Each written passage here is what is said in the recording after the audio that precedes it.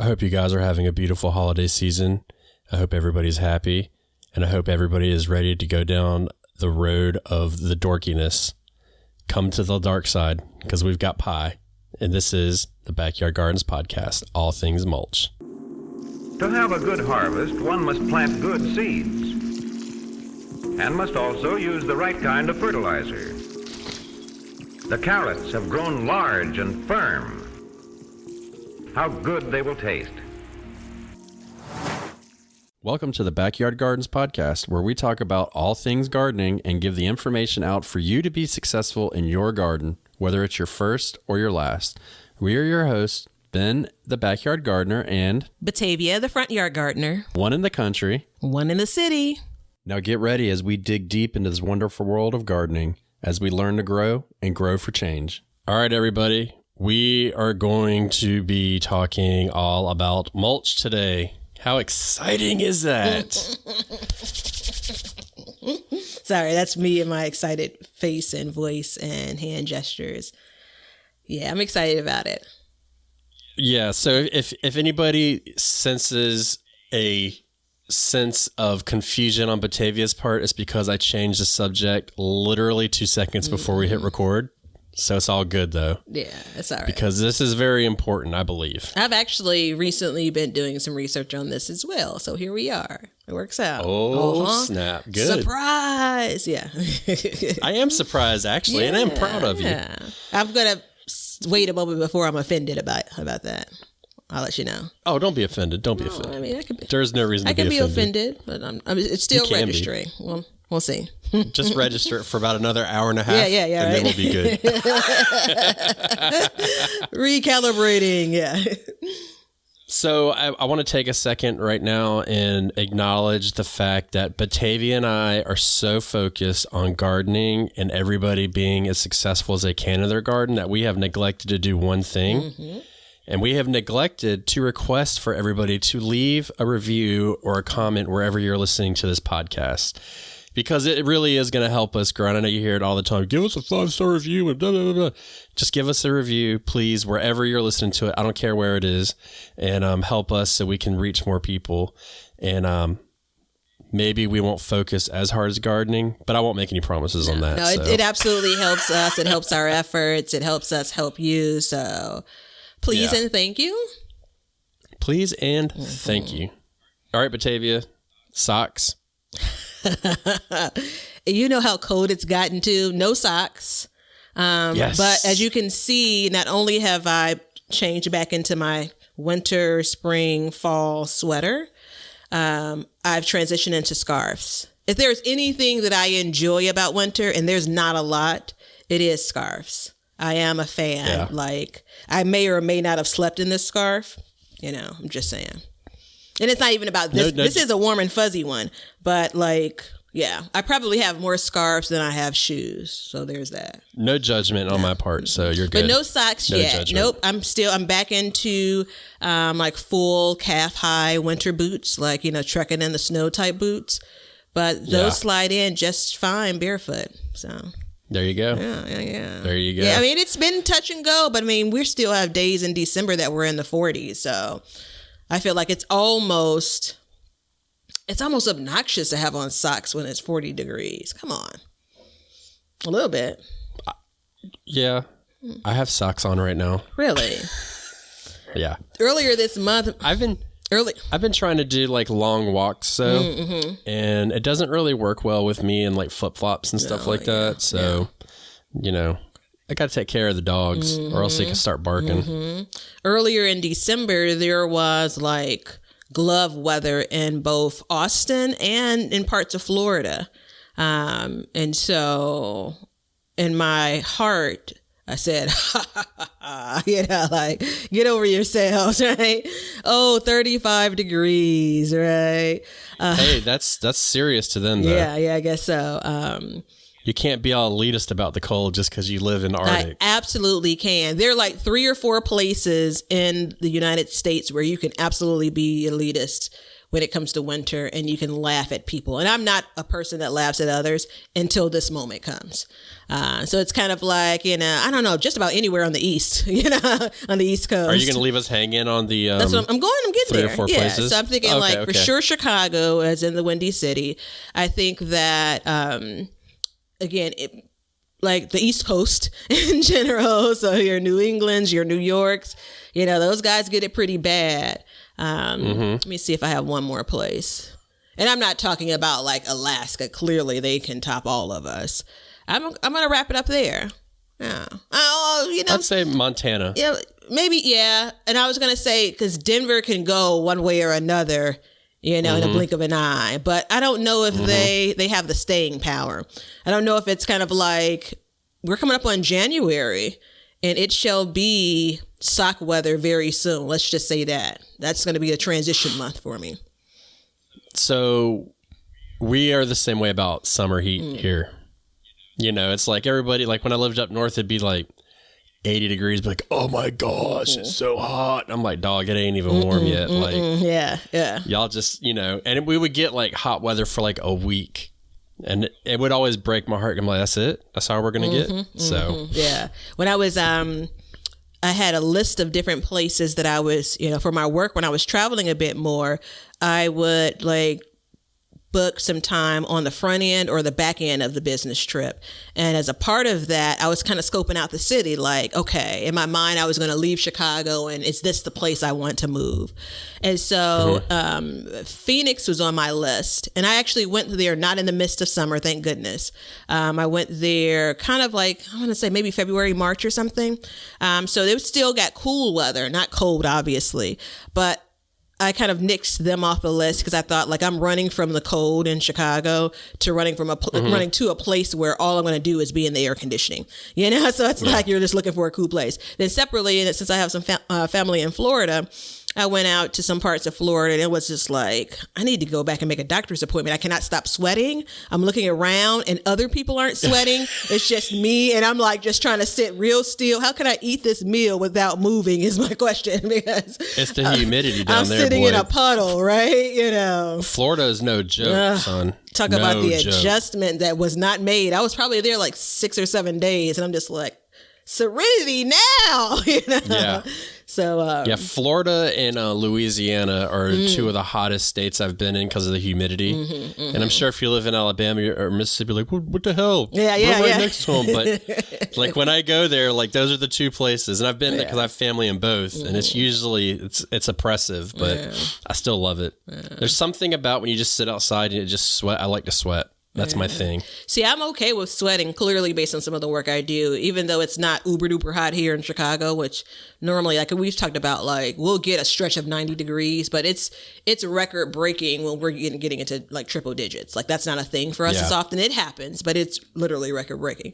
Like last time in 1948, But we did have a heat wave, I think, back in 95, but that's a different conversation. So it's sweating for me. I'm all for it while I'm in the moment. So when I used to run, I didn't matter. Like you're sweating from head to toe. And when I'm in the garden, once it gets that hot, you're basically sweating out your clothes. But once I'm done with that activity, and once I'm like going from the car to the house, or like if I'm out walking in a park or something, I just don't want to be walking around in regular clothes with sweat spots. Call me a prima donna. My dad, or my son, when we were out there this summer working, he was like, Daddy. It's like, yes. He was like, let me go get a piece of string. I said, okay. I said, what the hell are you going to do with some string? He's like, I'm fixing to make a clothesline. I was like, why? He's like, because we're hot. We're going to take off our clothes and let them dry out while we work. I was like, all right, let's do it. So, the genius you got of a child. Yeah. Yeah. I was like, damn it, son. You make me proud. But, greenhouse. Yeah. Because, I mean, December is I'm still trying to get my head around what your weather truly is like. And I haven't gotten my hand around it yet. My head or hands. All right, greenhouse temperatures. Take a yo-yo and go like this, and you'll see what our weather's like. Yeah. So this morning, it was 28 degrees. and it was 33 in the greenhouse. And I kind of messed up trying to trap in heat yesterday. So it still has not gotten a frost inside of the greenhouse. Okay. That's really promising, though. That's big. Yeah. Yeah, that's big. And it is getting to be time for me to put up the insulation. So. Yeah, because what you have planted in there it's still pretty tender, pretty young. And I mean, would it survive a frost? You know what? I don't know. Yeah.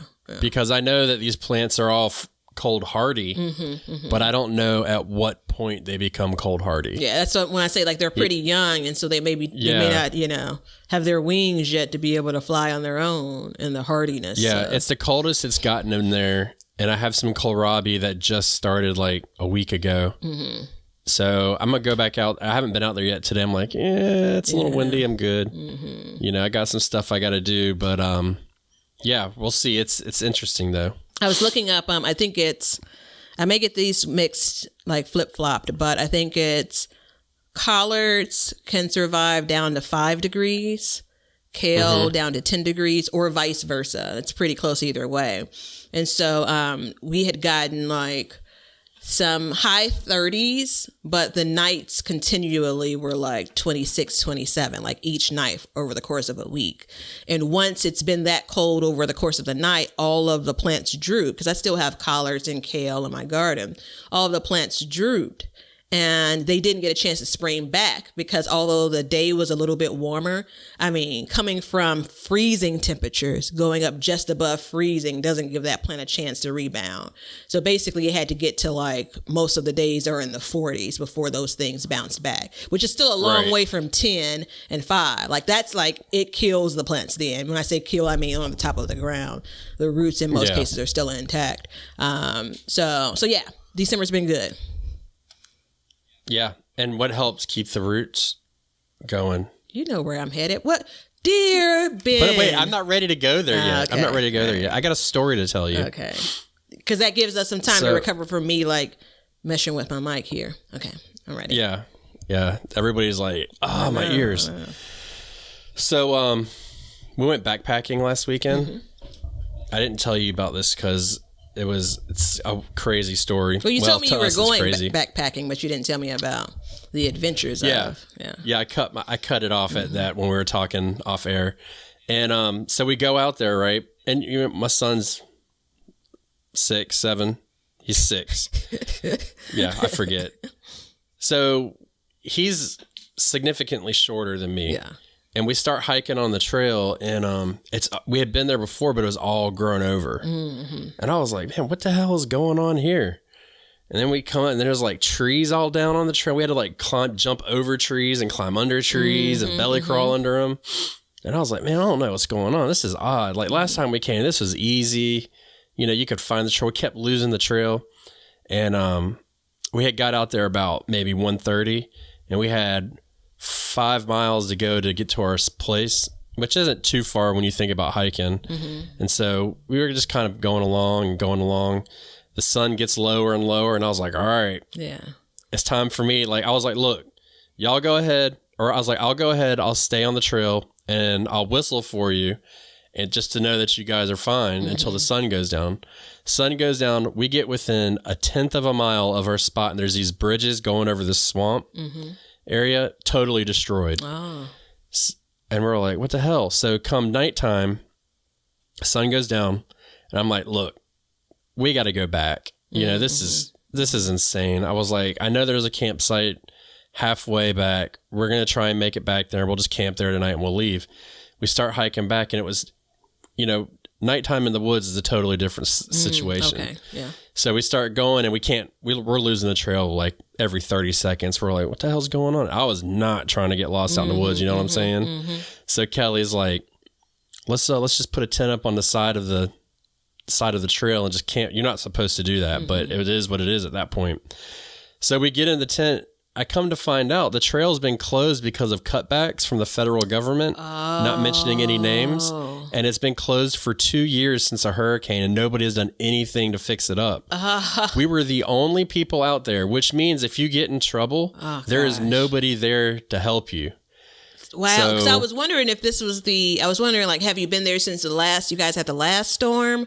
Maybe that's what the damage was. 2 years it's been since we've been there, and it was a storm. So we were like, oh shit, we're stuck. This is it. Yeah, that sucks. My son's, like I said, he's 6, hiking in pitch black with nothing but a headlamp. Bravest little bastard you ever met. Yeah. Bravest little boy. He cried one time because he got tired, and we sat down and ate a snack and kept going. But daylight came in, we got out no problem. But at night is a different beast. It was just a crazy. What were the temperatures? I mean, it was 30 degrees at night. Yeah. So it was getting kind of chilly. And but we have all the stuff for it, so it's not a big deal. But my man was walking on the trail and grass was whipping him in the face the whole time. I saw this for 4.5 miles. Look, it was just whipping him in the face. I saw your video about growing in shadier spots, and namely this time of year when it's shadier. And I was like, is he collecting like a farm of animals? So David brings up, here's this, here's a grasshopper, then here's this other creature. And I'm like, are these the same Tupperware containers he's putting them in? Like, I can tell it's the kind of Tupperware that Kelly's okay with. Like you put that out to pasture, This is now officially his Tupperware. So cute. Yeah. Oh, he had a full-blown story to tell about each one. I had to cut it out in the video. I was like, no, I can't do this. But he was on it, boy. Like when you asked, you said, yeah, so cute. Yep. Yeah. That's when he's like, I'm done. I said what I need to say, but you don't get to say anything else. Bye, Daddy. Yeah. I came here. How that goes down. Came here to show you, not to be questioned, right? Are you interviewing me? Wait till he gets to be about 9. He's going to be able to put all of that together. Is this an interview? He already has. Yeah. He already has. That's crazy. Yeah. So obviously glad you guys made it back safe. So no signage or anything like at the top of the spot. Yeah. Yeah. Somebody made a cutback, and I guess when they cut it back, it happened that day because there was nothing there. Yeah. So, but we saw a bunch of cool stuff. A bunch of bear poop and stuff, which is because you can't cut them back. Exciting. No, you damn sure enough can't. And when you don't go out in the woods for 2 years, things come back. And that was the moral of the story, really, is it was amazing to me how fast everything overgrew under the canopy of the forest, just like that. Nature is it's amazing. Yeah, man. So I'm going to take you out there. You're going backpacking with me one day. Clear. I mean, you know what? Because I wasn't going to go here. I wasn't going to comment.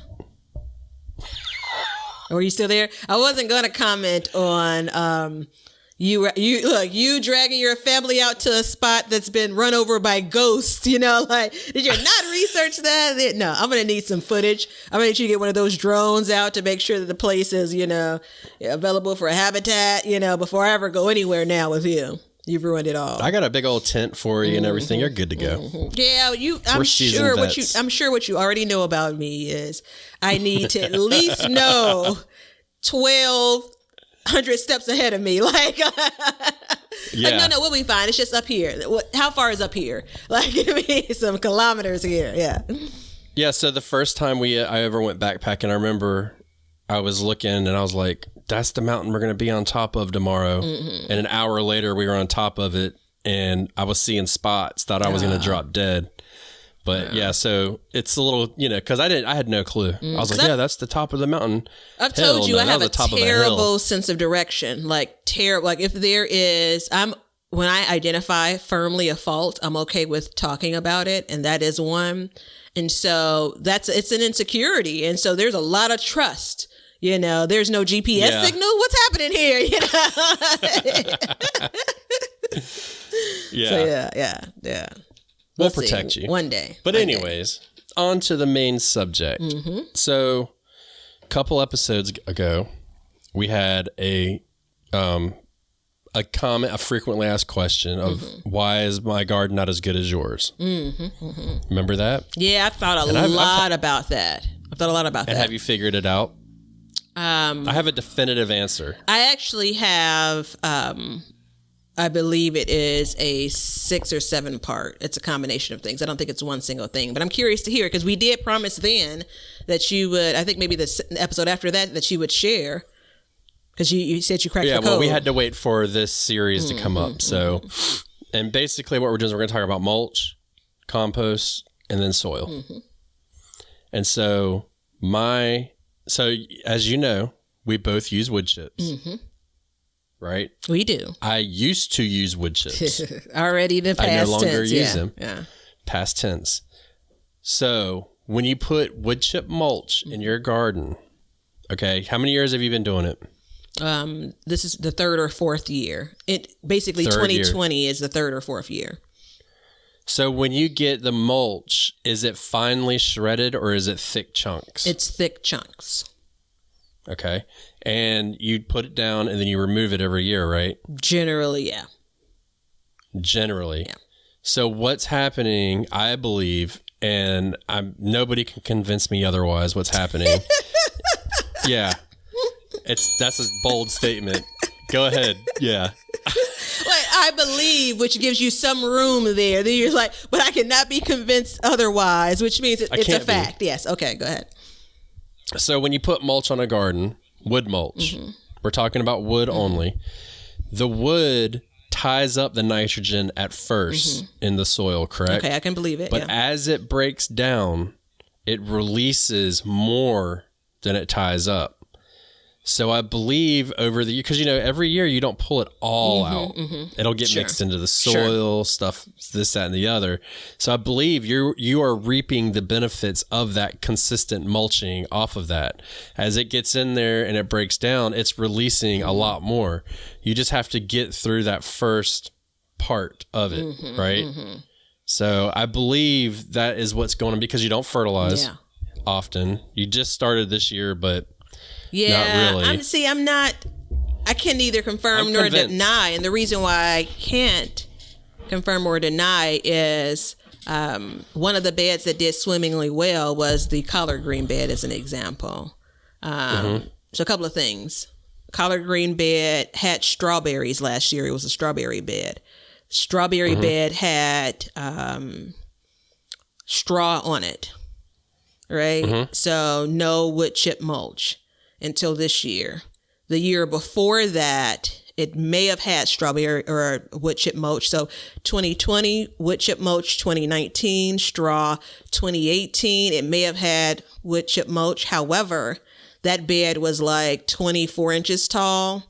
I broke that bed down, which means I moved that top foot of soil out, left the bottom foot of soil. So anything that would have been in 2018, the wood chip mulch, any of that would have settled down, it went with the top foot of soil. So I can't say that I've consistently done a thing in that bed as an example.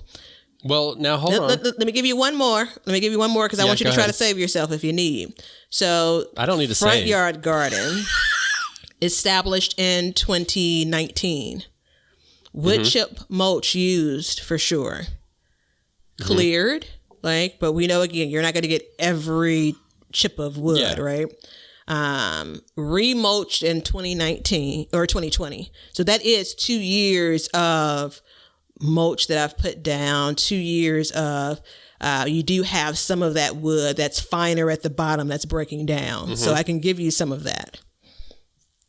Yeah, because I know that in my I pulled maybe 75% of it out of mine. And as I got down to the bottom, there was pieces that were for sure, they were going to, by next spring, they're going to be total, soil, dirt, compost, whatever you want to call it. So now the straw, did you remove the straw as well? I did. Okay. Because that's the same thing. And straw breaks down really a lot quickly, faster than wood mulch. So what's happening is I believe that you were consistently feeding those beds. And just because you move that... Yeah. Look at here. Yeah. Yeah. And I think what's happening, you say you move the top foot of soil, but do you believe that those nutrients are tied up in that top foot, or do you believe that they leach down throughout the bed? That's a fair question. I think, this is the reason why I believe it's a combination of things. So I believe it's very well possible, especially given that the bed is sitting on concrete. So you do have that it's not retaining as much water, meaning when I water the top of it and it kind of everything starts to drip down, there's a lot more that's escaping from the bottom of it because it's sitting on a concrete bed. Again, going back to the current collard green bed. So I can see that happening, right? When it comes to the some of that first foot of soil in 2019 did seep down into the final foot of soil or the lower foot of soil or whatever. So I can give you that. But you also know that I looked at it, it's one bag, 25-pound bag of compost, which will cover more towards the middle of the series, is designed to cover 100 square feet, right? And for this particular brand that I use, and that bed's probably 24, 26 square feet. So I'm putting for sure one bag, maybe two bags of compost there. So that's the reason why I say it's a combination of things. Right. No, for sure. And that was the other aspect of it, is you're adding in compost all the time. Yeah. Like every year you're adding in a layer of compost and you're putting it into the planting hole, correct? Well, if I'm planting in the spring and I already put the bag of compost there, I'm not adding any more when I'm planting in the spring. I'm saying, for 2021 future thinking. But I want to believe what you're saying, because it makes me feel good that, again, unknowingly, there's one more benefit that I'm getting from these wood chip mulch. Yes. Yeah. I believe that wholeheartedly. And I had a real debate over it, because look, I put those wood chips down and from day one I was like, I don't like it. So I spent the whole summer like, well, what's the story with wood chips? Because you don't see a lot wood chips. Yeah. You really don't. I mean, it's expensive. I mean, I don't think that I'm the only one that has a free wood chip mulch connect. I've seen some other people online, but it's not like it's, wood chips aren't just being delivered, and dropped off of trucks in every neighborhood, Yeah. I mean, I mulched my whole beds rather deeply for $30 because I bought it in bulk. Now, if I would have bought it in bags, it would have cost me $100 and some change. Yeah. So it wasn't too bad. Yeah. But I do believe that is a big part of it. That's still a lot of money just to be putting something on top of you're not even growing anything in it. So, I mean, it's a lot of money, but if you $30 isn't so much, but $100 is. Yeah, that's what I'm saying. I spent like $30 on mine, so it wasn't a big deal. But my parents be calling me nonstop. I had to call my mom right before this, before we got on, because I told her I was going to call her back earlier. And I'm like, it's going to have to be quick, but let me make the call, because I don't want to get to 12 or 1 o'clock in the afternoon. So I believe that is part of, and that's a good thing too, because that says a lot. Yeah. And the reason why I thought that is because you haven't been using fertilizer for years, and you've flourished. Yeah. And so with your wood chips and the hay, and not the hay, the straw, I think those are big components, because if you put mulch in your bed, it's going to turn into compost naturally. Eventually. Right? Yeah, eventually, yeah. Eventually. With over the course of, depending on what medium you use, which we're just about to get into, all those things will break down and feed your bed over time. That reminds me.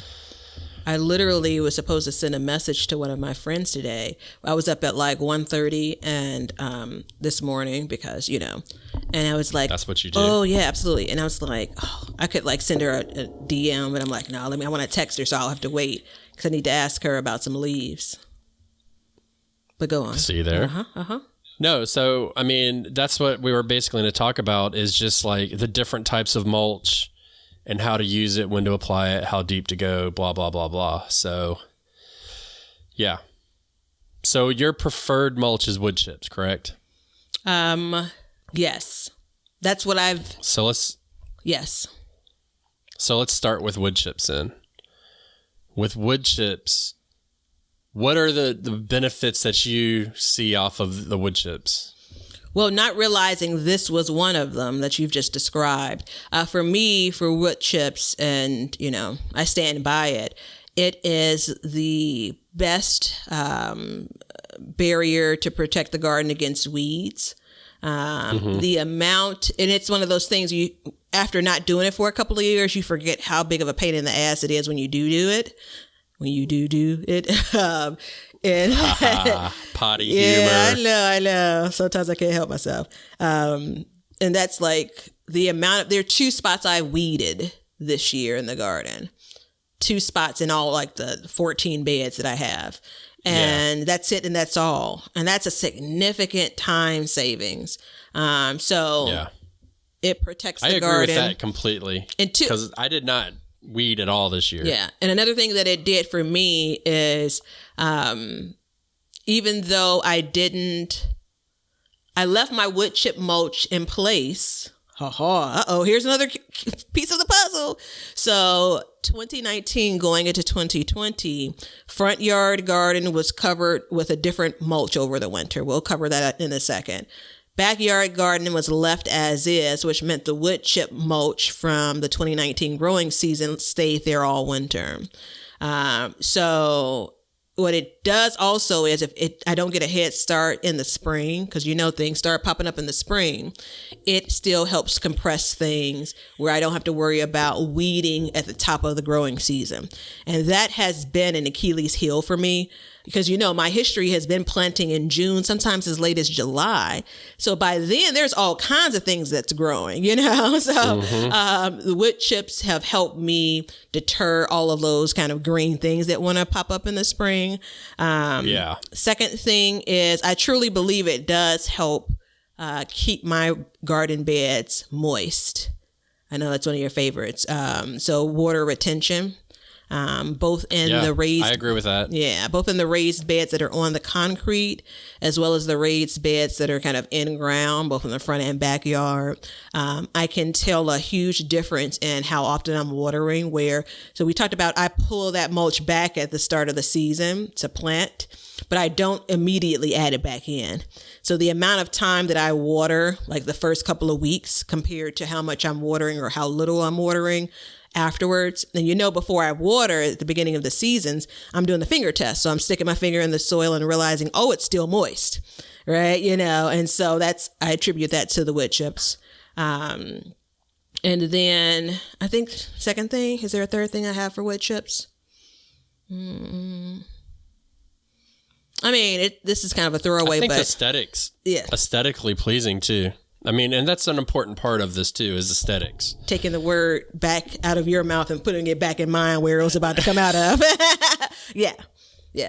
Agreed. Yeah, I agree. I agree with all of those things.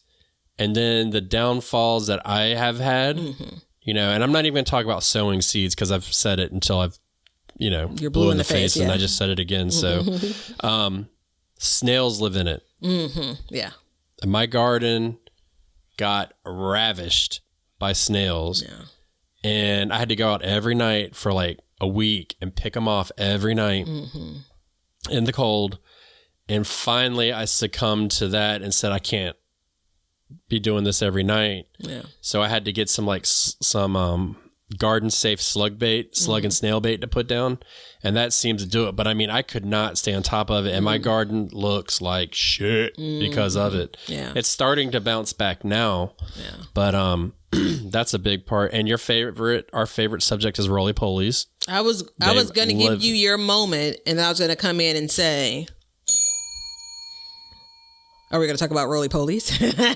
Yeah, of course we are. Yeah. Even though I'm still not convinced that they're an issue, but if they are an issue, I have seen so many roly-polies in my garden this year. It is unbelievable.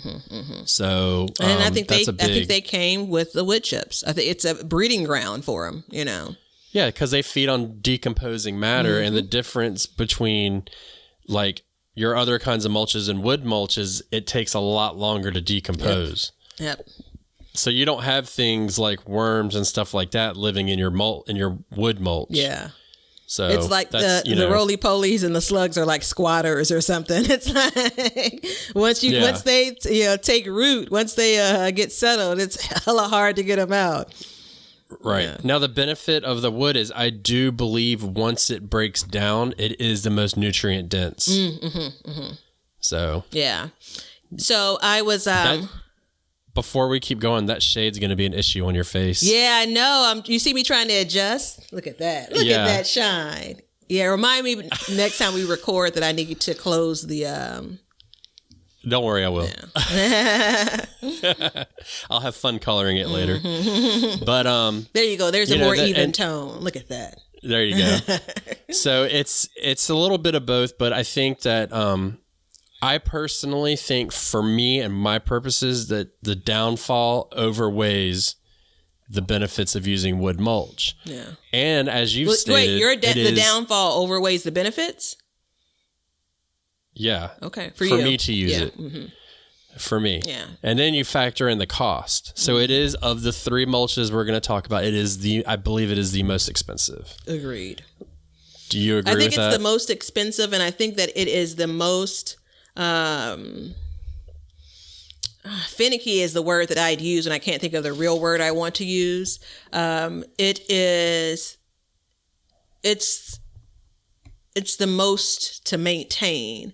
So literally I could leave it exactly where it is and just dig a hole, push mulch aside and dig a hole and plant. I could do that and it wouldn't be so much work. But because of the way that my brain is wired, and I was I didn't want to send her the message. I thought she was going to call me. So let me call you back. Got free leaves? Yeah. Call you back. Here's the Recording Garden podcast. Tell her thank you for giving us a segue. Mm-hmm. Once you're done with your thought. So it's so hard to move them. Let's just say that. Whereas leaves, on the other hand, not so much. Easy to navigate. No, and so well, one more benefit too, though. Let me say this. Wood chip mulch has staying power. That's kind of the pro and the con to it. So once you put it down, you took the exact phrase out of my mouth. Yeah. Once you listen to this, I'm telling you, boy, look at us just connected on all cylinders here. But yeah, man, like it ain't going nowhere until you tell it to go somewhere. No, and that's a blessing and a curse. Mm-hmm. So if you have issues with it, it's kind of a pain to remove it. Yeah. So. And the reality is, let's just be real. You're never getting all of it. Even if you start removing some of that top layer of dirt, you're never getting all of it. Even if it's all some of the bag soil you buy, if you look closely, there are wood chips, finely ground wood chips in that. So, and that's a good point. Mm-hmm. And it's in there for a reason. Mm-hmm. Yeah. So, and I've had a lot of like high quality bag soils that have that included in there. So then we transition from that and go into like leaves, and which I think are the best because they're free. Yeah, it's such a great way to give back naturally to the garden too. So I was going to text her, and when you said leaves again, like 3 minutes ago, I said, "Oh, let me press send." And so I said, in my mind, I said, "Oh, I should wait until we get done." But I don't have many trees no trees on my property. There are trees in my neighborhood, but remember it's that black tar we decided it was. They're really like, that's all you have on them. And this is one of my girlfriends. I went to high school with her, right? And she doesn't live far from me, maybe 4 or 5 miles. And, her son had raked up leaves last year, and I had like garbage bag beyond garbage bag beyond garbage bag of them. One, they were beautiful. The only thing I didn't do, which is probably recommended most times, is I didn't shred them. I put them on whole. And that's the reason why I pause. When you put them on whole, what ends up happening is it becomes kind of a wet, kind of clumpy, like matted mess. Yes. When you shred them, it creates a different thing. And they do have more living power, staying power. When I mean that, you can leave them on and plant around them more easily in the spring and the summer. Yes. So if you put them on whole, just like you said, what they create is an anaerobic environment. So, which means there's no air getting down into it. And because the whole compost decomposition process is an aerobic process, which means it has to have air to get to it. So when you put them down whole, they do exactly as you said. So, and it's this, I would imagine that it's almost the same idea with the wood chips. I don't know that for a fact, but because you can't do anything with those besides buying a shredder and shred them up more. But with leaves, it's very simple to do. You just run over them with a lawnmower, and then you'll you automatically break them up. So, we rake up our yard every year. Now, I actually last night, as a matter of fact, I was having a very interesting conversation with somebody on Instagram about this, and we were talking about bees and pollinators, and she is a fascinating individual where she actually goes out in her yard and does counts and sexes and all this stuff of all the different bees and butterflies in her yard, and said it was a very low amount this year. And one thing that she kind of, and I knew this already, but it brought it to my attention was, she said she leaves all of her leaves in her yard all winter so the bugs and critters can live under it and thrive. Whereas I'm raking them up, but the pause I have is I'm not raking them up for aesthetic reasons. I'm raking them up so I can use them somewhere else. Yeah, but that's still kind of, it folds into that whole dialogue regarding, no dig gardening, so that's, you kind of walk into that territory, like you're disturbing the natural, place that's leaf fail. And like, I mean, I kind of shrug at it to say like, okay, I mean, I get it, but yeah, I mean, we live in civilized society, Well, you say that, but I asked this question to you, not knowing if what your answer is going to be. Is have you ever been out into the forest and dug into the ground? Are you going to talk about? I don't think I have, but I've seen like how wonderfully it's rich. The most fertile looking soil you've ever seen. Wonderfully rich the soil is. Yeah. Yeah, because it's just years and years and years of this stuff all matted up. Yeah. And then here's the issue that comes along with that. And we're kind of getting off topic, and I'm going to right the ship here in a minute. There's a lot of places, like when I was just telling that story about us going to the national park. You're not allowed to go off of the trail, right? You're supposed to stay on the trail at all times, so the forest is undisturbed.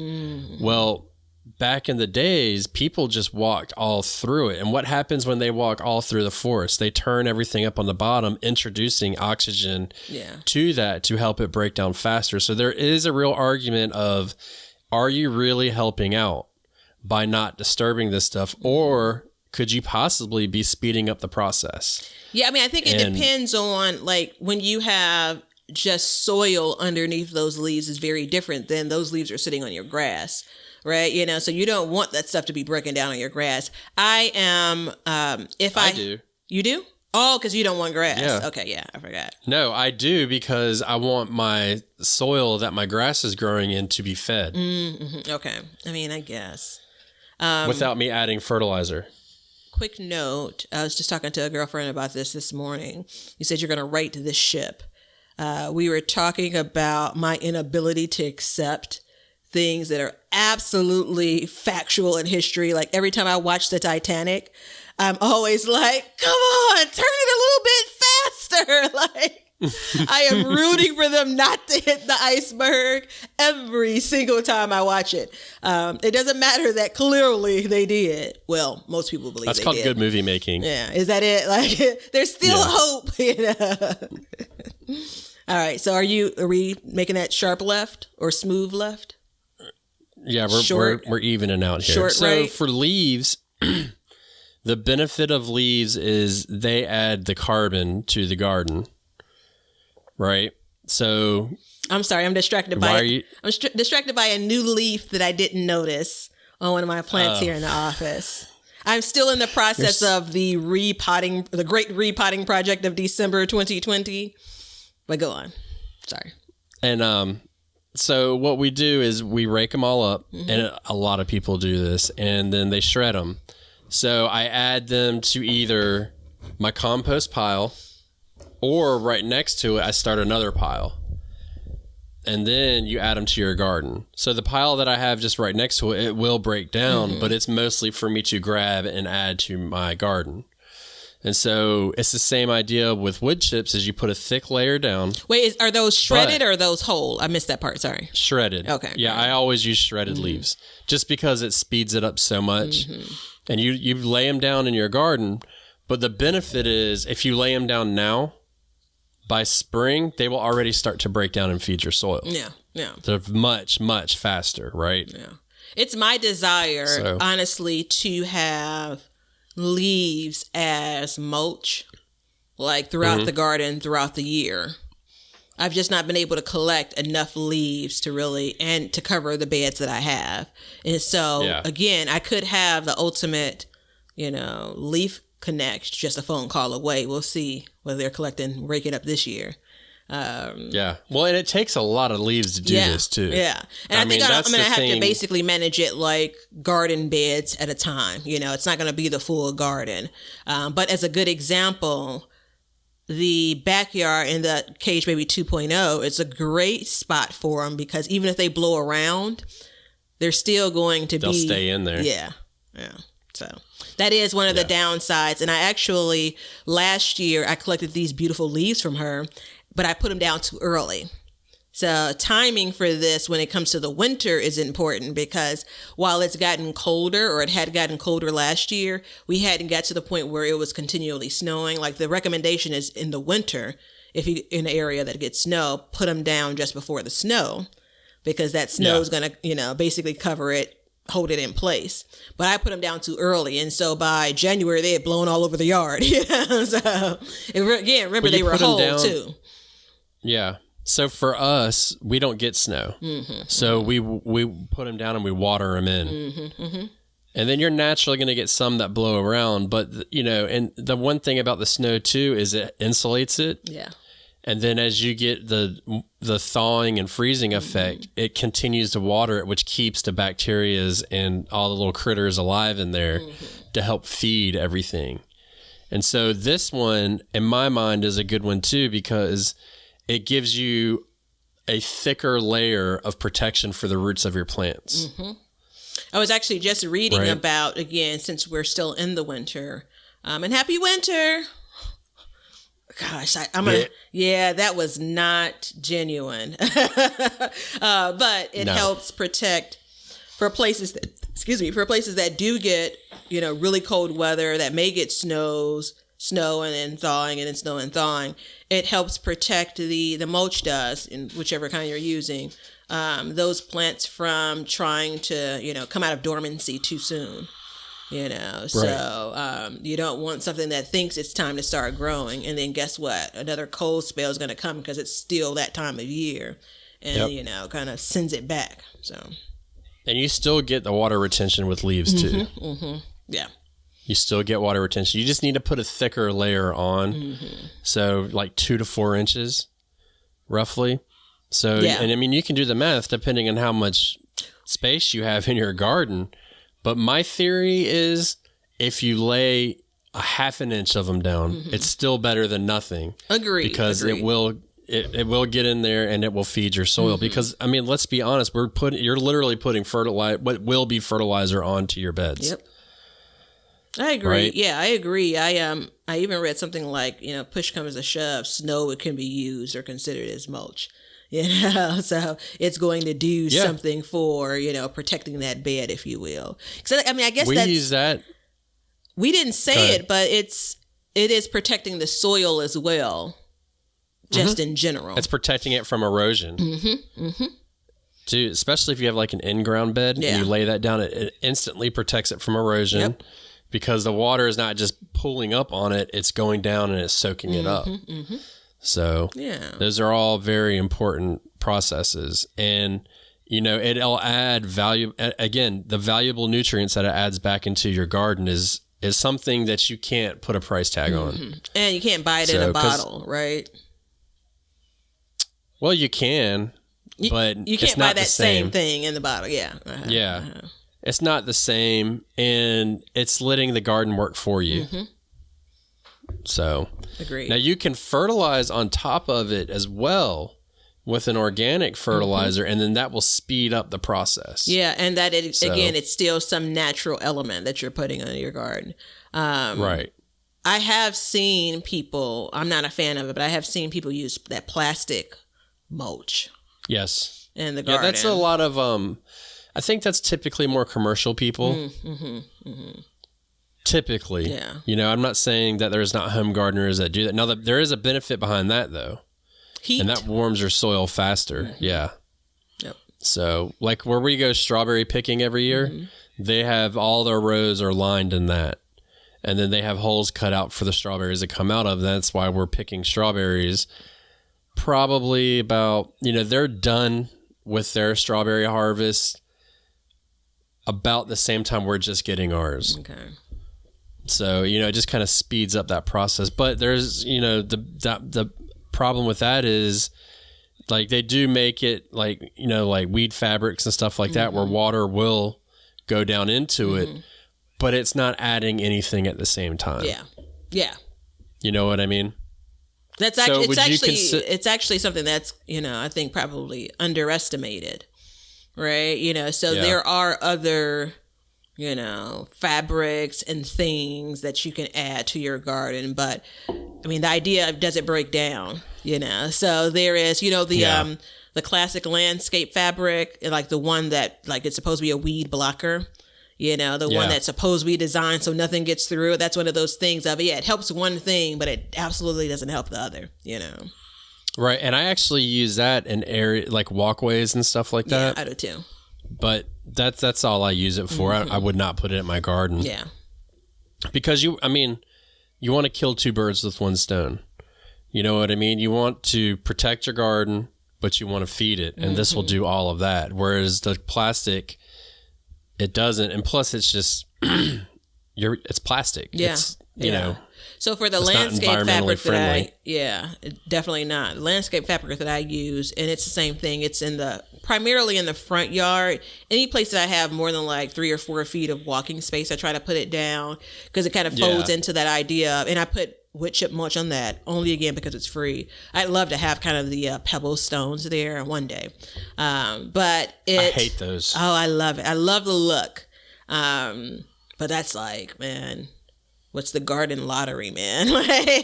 That's pricey. And I don't even have a huge area. But anyway, it's nice to be able to basically, again, suppress those, that dirt, that soil, and suppress the weeds, essentially.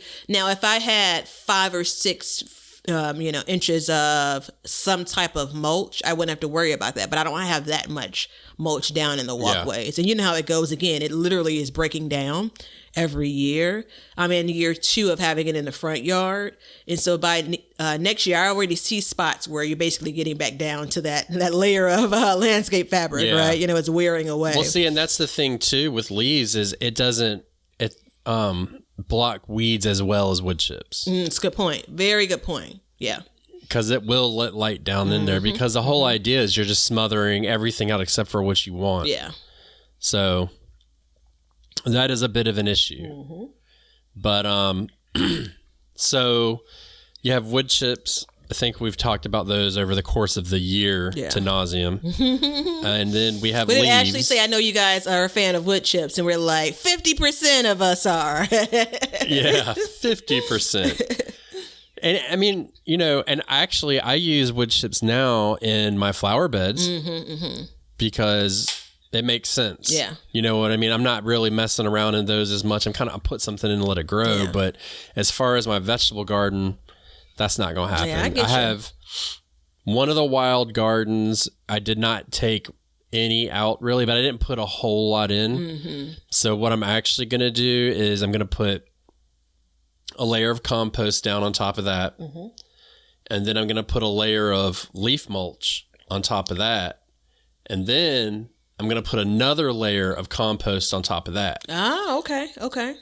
So what that's going to do is the compost on top of the wood chips will help the wood chips break down faster. I got you. And then between that, the leaf layer will break down even faster and feed that soil.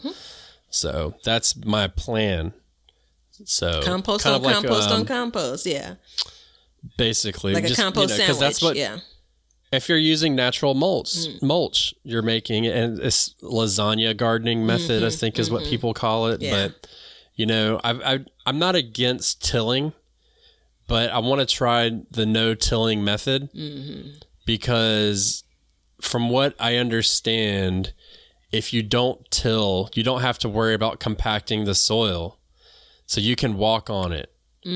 So that's a big thing for me is like if I need to reach into one of my beds. Yeah, it was something I was reading, and it was like when you till it, it adds all this air. Yeah. And then as the air settles and you walk on it, it will, you know, compress. But if you don't add that air into it, the roots from all your plants are making those holes and stuff like that. Yeah, so you don't really have that issue as bad. Now that being said, like I had to step in my garden every 2 days this year, and it's not really an issue. Like nothing's compacted. I mean, I think that just based on my the cage baby in particular sits on like right in front of my neighbor's fence. And so that means that I can only access one side of it. I can go around on her side. She's a really nice woman. And I can, you know, if I need to pick something or get to something, but I can't just regularly work the beds. And there's also the back of the bed is, you know, fenced in as a part of the cage baby. Right. So there are many occasions where I have to like step like 1 foot inside. It's like almost 4 feet across to get inside of the bed. And I think that, you know, I mean, I don't think it's intentional, but I think it's like taking a thing and making it an extreme. Like I'm not going to kill my garden season because I stepped inside of the bed once a week even, you know, like it is what it is. Right.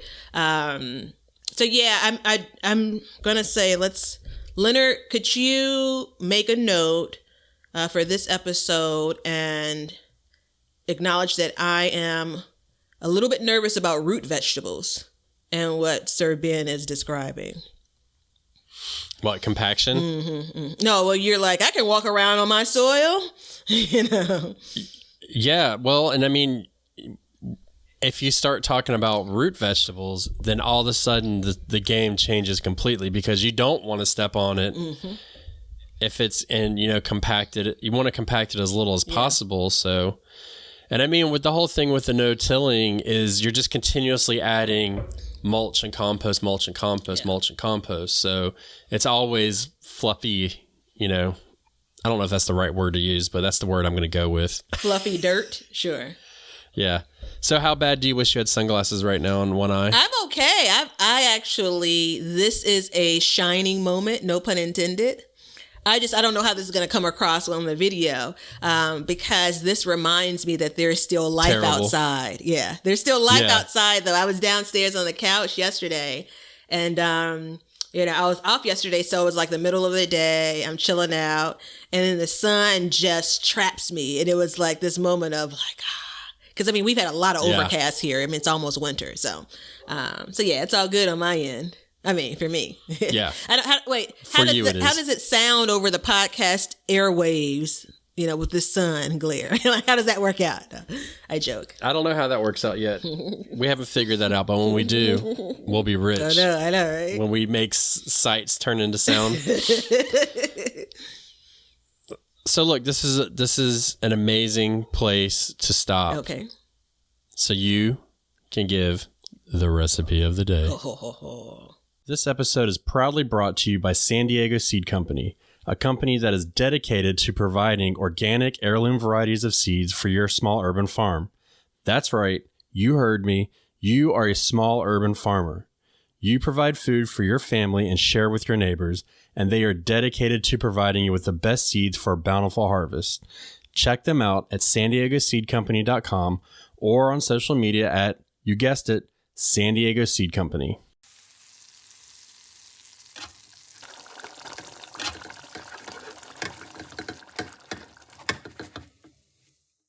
It better be a good one, Batavia. So this is a cheat. So this is right around your holidays are wrapping up, right? This is when this episode comes out. And I'm going to go with the thing that didn't grow uber well for me. But I want you to remember this for probably, I'm going to say Easter. It is when you make sweet potato pies and you have leftover pie filling, right? So this could be sweet potato pie. This could be pumpkin pie. This could, maybe it could be, I'm going to go with sweet potato pie and pumpkin pie because these are pies that can stand alone without the under crust. So apple pie, you basically want the bottom crust and the top crust, so this doesn't work out too well. So you have already made 1 or 2 or a dozen pies, sweet potato or pumpkin, and you have some filling left, but it's not enough to get into a whole pie. So you could do 1 or 2 things in this moment because you already have a bunch of pies in the oven. You could put it in a freezable container, put it in a freezer, and then later defrost it for what I'm about to explain. Or you can go ahead and make what we're about to talk about now. So we're going to do sweet potato and or pumpkin pie muffins. And they are super duper nice because you can literally count calories if you're into that. This episode airs at the end of December, so I won't be into that. Maybe next year. But all you're doing is taking that pie filling. I have a 6-pan muffin filler. So it's literally like bite size almost.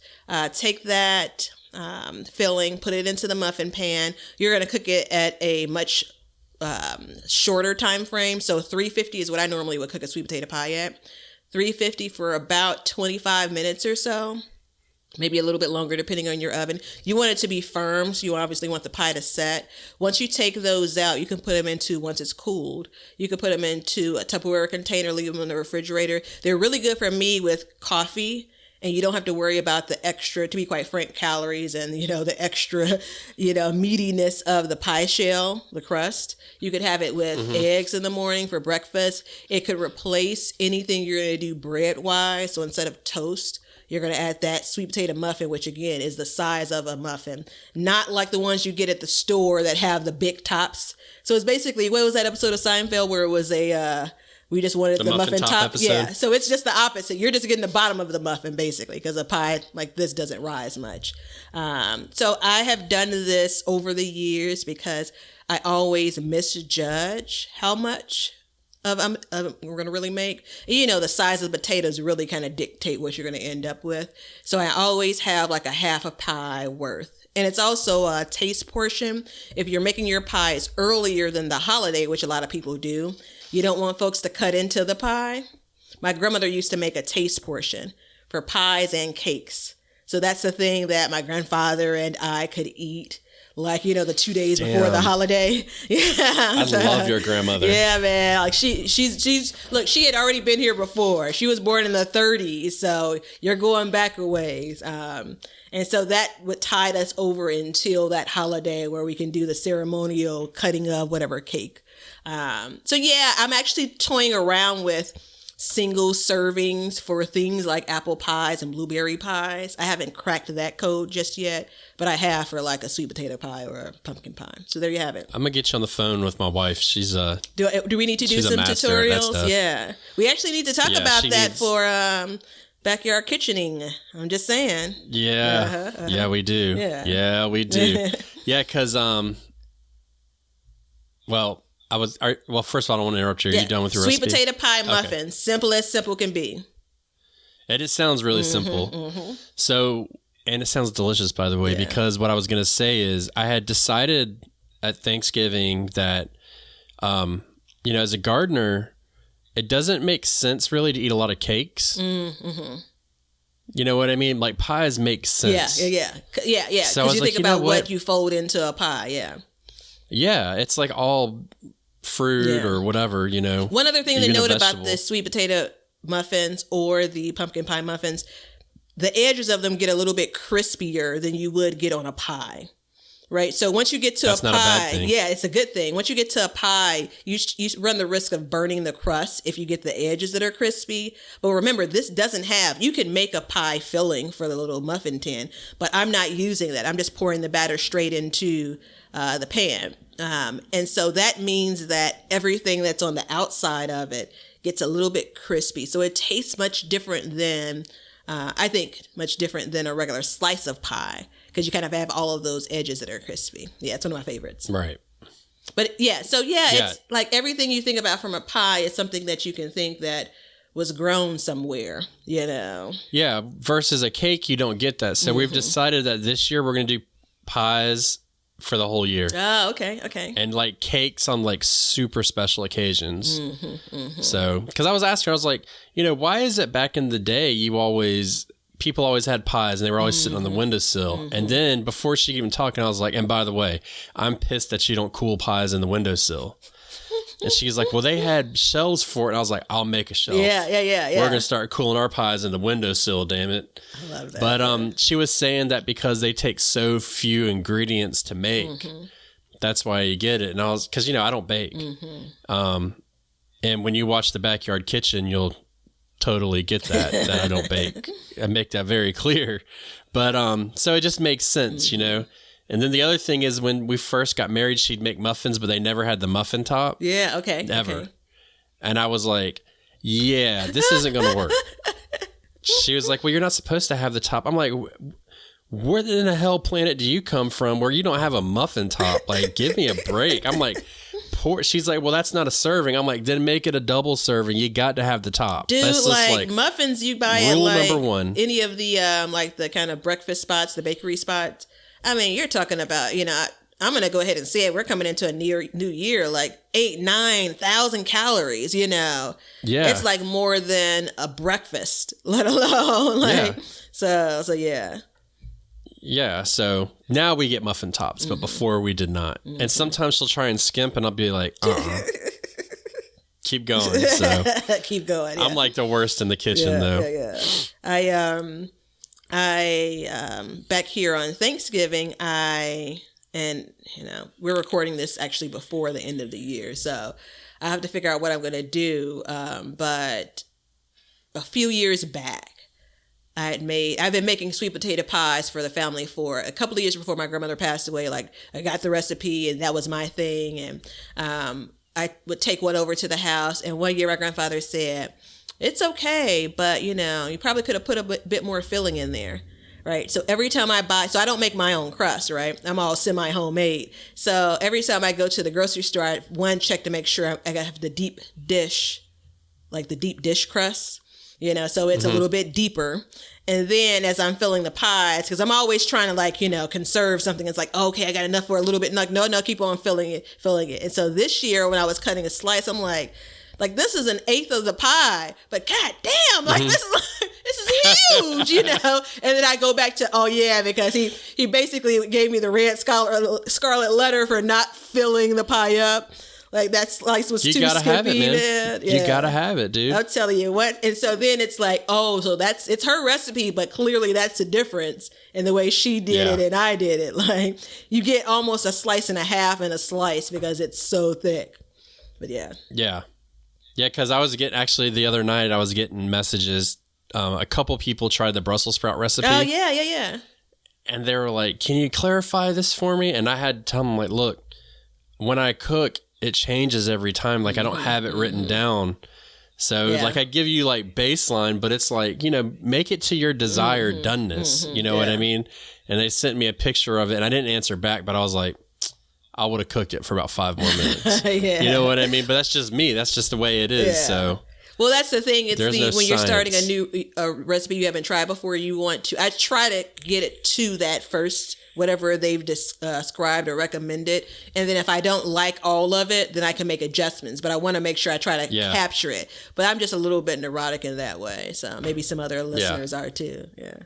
I like to change stuff. That's my thing. Yeah. I was talking, who was I talking to? I don't remember, but it was every time I cook spaghetti, it's always different. Were you and I talking about it when you were giving the master spaghetti salsa recipe? It's like every time it's always different. You know? And it's like, one, I don't cook it as often throughout the year. And two, when I do, it's like different sizes that I'm using. Oh, anyway. So yeah. Have you made the sauce yet? I haven't made the sauce yet. I'm getting close to it. Yeah. You wrote it down and everything. And still haven't made but it. You know what? I did. I'm pretty sure I canned the last bit of tomatoes and I canned the green zebra tomatoes. So you know what color the sauce is?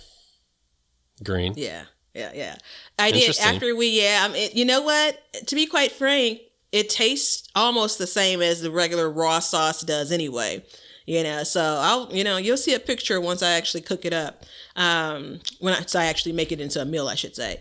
But after we got done with that episode, I did can some whole tomatoes in preparation for it. Yeah. You're just going to have to figure out what's going to happen with this whole thing, because I love the shining on my face. The sun is waking me up. So you like the shine? Do you like the zebra print that's on your too? I know. It's okay. It's all right. Yep. So this will not be the highlight of our filmmaking abilities on here, just so everybody knows. But that's okay. Yeah. So listen, I'm going to continue to talk, but I'm going to move this around. So go ahead. Okay. Well, they can't hear you on the podcast portion, just the video. Well, you should talk. So what we were going to say for the next one would be straw. And I think that straw is a solid contender. And I believe a lot of people default to straw because you can buy it. So, and when I say straw, I mean straw, not hay. So don't do like I do and go into the garden center and be like, I need a bale of hay. And they'll be like, you need hay or straw? I'm like, I need it for my garden. They're like, oh, you simpleton. You don't need hay. Yeah. You need straw, you idiot. So hay has the seeds in it. And then, you'll just end up with a mess on your hands unless you hot compost the crap out of it and you can kill the seeds off. But typically we're not going to. So straw is a very solid contender. You can buy it by the by the bale. Sometimes it's like $4 a bale or something crazy like that. And have you ever used straw? I have. You've used it, yeah. Yeah, and Did you buy it by the bale or did you buy it by the bag? Well, kind of sort of the bag. I bought it from a place that is packing it up and they send it basically in a box based on, I can't think of the measurements they use. But yeah, I'm not a fan of it for a couple of reasons. Why? One, it's just not, you're not going to get a good price for it in the city, in my city at least.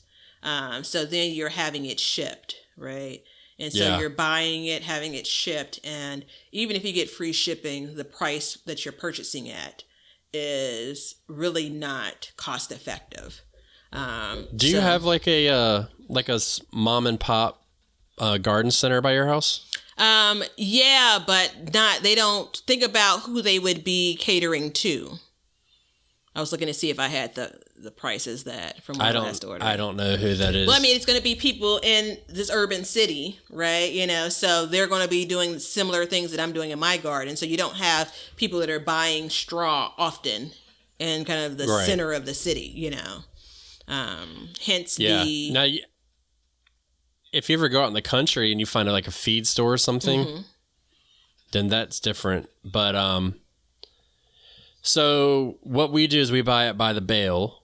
Since Batavia can't, then she's not included in this conversation, so I'll just finish out the episode.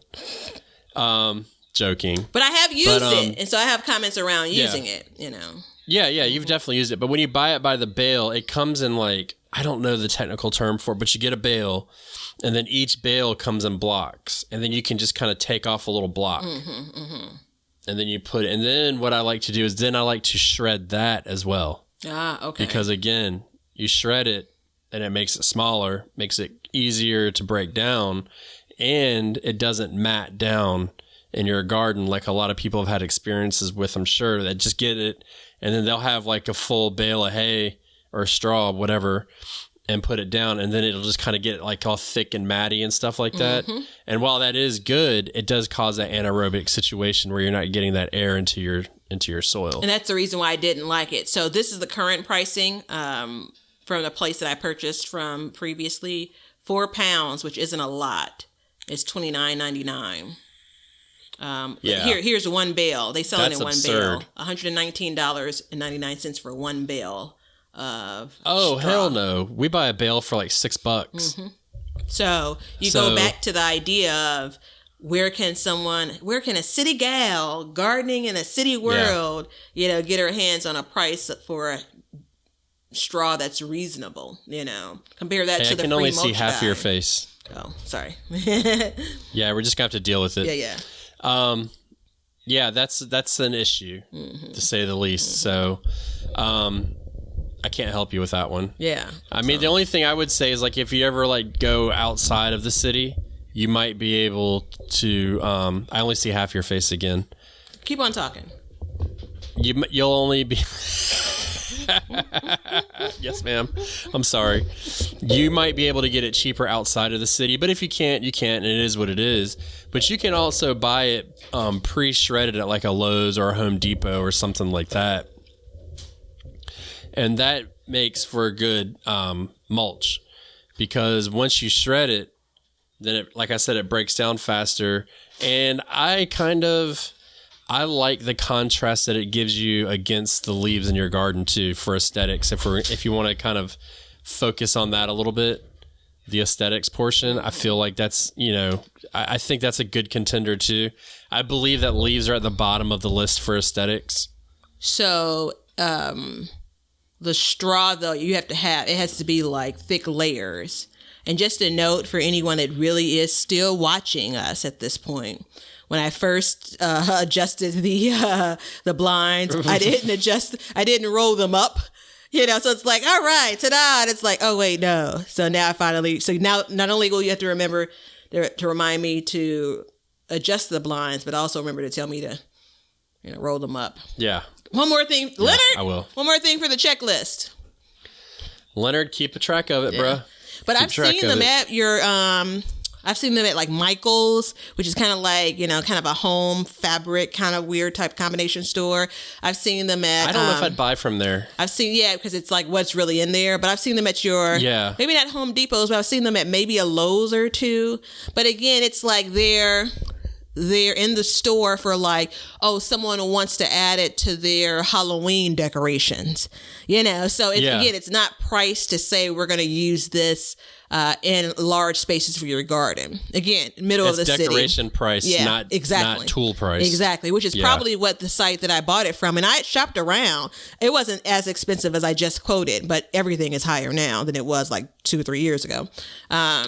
So yeah, I wouldn't, not with where I'm at now, unless there's a truck of hay or a straw that's just going to ride past. I wouldn't use it. I still have some left from my previous purchase that I'll cover my strawberry bed in for the winter, to insulate it. But once it's done, it's done. So. Yeah. So when you come down and visit, we'll send you home with like 4 bales of straw. You know how much gas I'm going to burn? I'm going to have to, 1, drive. 2, I'm going to have to burn so much gas because I'm going to have all of these, cheap North Carolina price stuff. In the back of what? Is it a U-Haul, right? Yeah. I find it hard to believe that, like, I don't know anything about Illinois, but like you couldn't go out to like the farms or something and get some straw out there. You probably have to make a trip. Yeah, it's probably an hour and a half out, because I mean, if you think about where Illinois is centered, I'm probably less than 2 hours away from any big land. I could get to it if I wanted to. It wouldn't be worth it though. I mean, that would just add the cost of it so much. It actually goes back to the idea of when I got the cow panels to create the trellis. Like, between the panels themselves are super duper cheap. Got them from a tractor trailer store in Indiana. It's like 16. Tractor Supply. Yeah, same thing. In my mind, that's what it's always going to be. So it's like $16-17 for a panel, which is not a lot of money when it comes to what I'm using it for. Yeah. But it's the trip out there, the trip back, the actual trying to transport it, since it is a larger item. It's like when that stuff starts to add up, which is, I'll have to look at our schedule for next year if we have episodes centered around remember, it's a $72 tomato. You do all of this and then you end up saying, wait, how much did I spend? So. Right. And I mean, that's the dark side of gardening, but we're not going to get into that today. We're going to keep it light. Yeah. We're going to keep it fresh with some mulch. Yeah. But, and I agree with you too. I actually believe that if you don't put enough straw down, it can be the worst as far as blocking weeds. You have to really go thick on it. Because I hope everybody knows what straw is, but it's just long, thin pieces of straw. And if you don't put it down thick, I mean, you get big holes where light can get through it. And it's super hard to even weed that just based on the way that the straw has been spread. And you got to go big or go home if you're going to use straw. Yeah. And I take my bale and we leave them outside, and we give some to the chickens, but then some of it we'll take off those little bricks that I told you about, and then I'll run over those with my lawnmower. So, do you have a lawnmower? I do. I was going to bring this up earlier, but I didn't want to be like, wow. I have a big old front yard garden with no grass, which also means my lawnmower isn't used often over the last 2 years. But it can be when you get these leaves. Yeah. There's a whole different conversation around that. So every year there's something that I have to do that my uncle helps me with, some priming or some crap that I didn't do, or I should have ran the gas out before it got cold, or some crap where I have to bribe him to come over every year at the start of the year to, put some magic spell on my lawnmower. And I didn't do that this year because I don't have grass. And, so I don't know that my lawnmower is going to rev up. We'll see. Well, it's worth it to get it to rev up so you can, chop these things down, because it definitely, like, when I first started, I was like, I'm just going to put the leaves down there, and it was a hot mess. And now it's like, shredding them and all that stuff. It just makes such a big difference.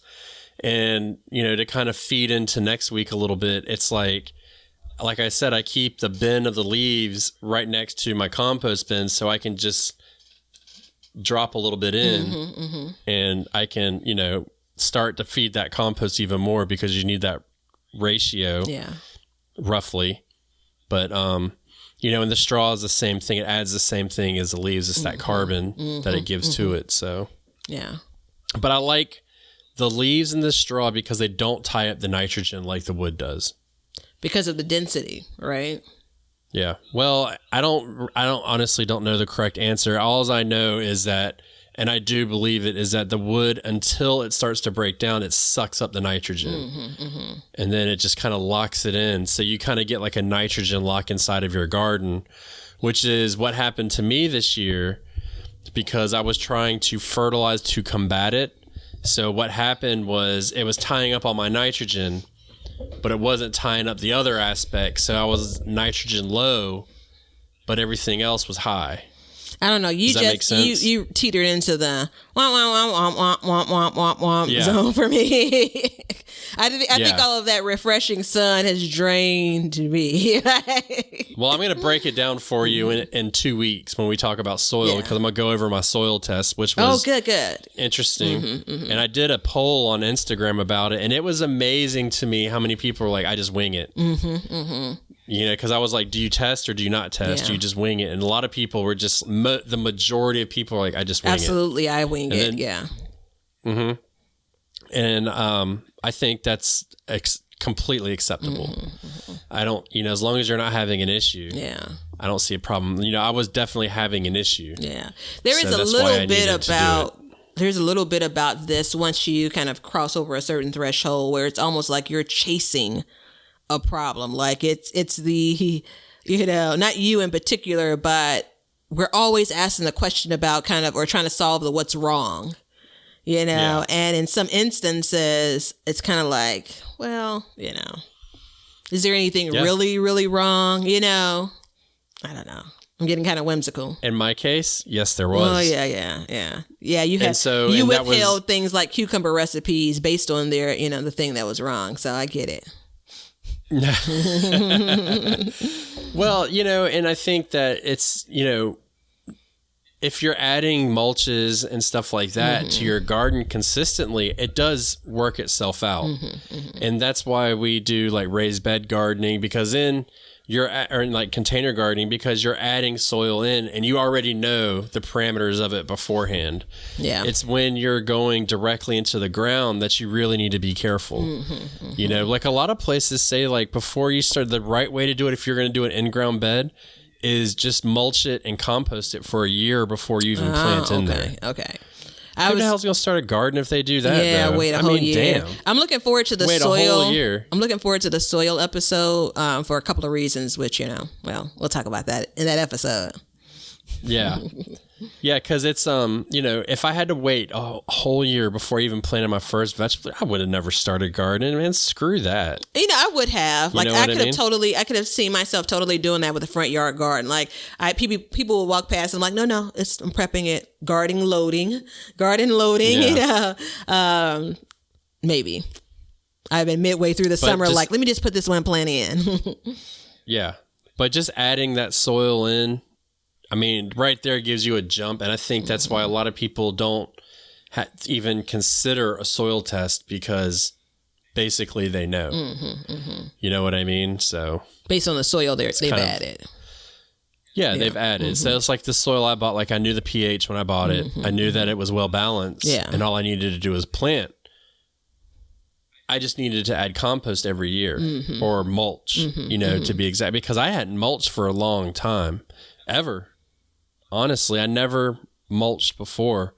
And I definitely noticed a difference in mulch this year because of the watering. So as you know, I changed my watering method this year, which just sucked bad. But, doing that, I think the mulch helped. Even though it was an inefficient way to water, it helped retain the water enough to where it was doable. Right? Yeah. But there wasn't enough water going down to move the nutrients throughout the beds. Ah, ding, ding, ding. Yep. So, that's not that was something because that the wood was so dense. That's not something we often talk about, that whole moving those nutrients down. Because as those that's roots what we're going to talk about. As those roots get on deeper. the soil day. Yeah. Yeah. On soil day, we're going to talk specifically about moving nutrients to your roots. I feel like I'm a kid at school. Like, today's soil day. Are you dressed for soil day? Yay! And I'm going to go ahead and tell you that the concrete that you're planted on is probably helping you out too. There's some things I've read about that too. Yeah. Yeah.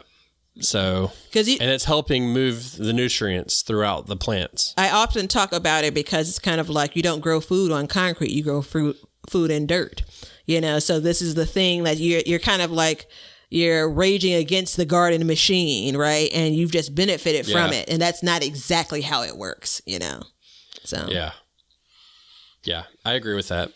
So, wood chips, I think my order of preference would be leaves, straw, wood chips. Mine would be wood chips, leaves, straw. If the straw was cheaper, what would you think?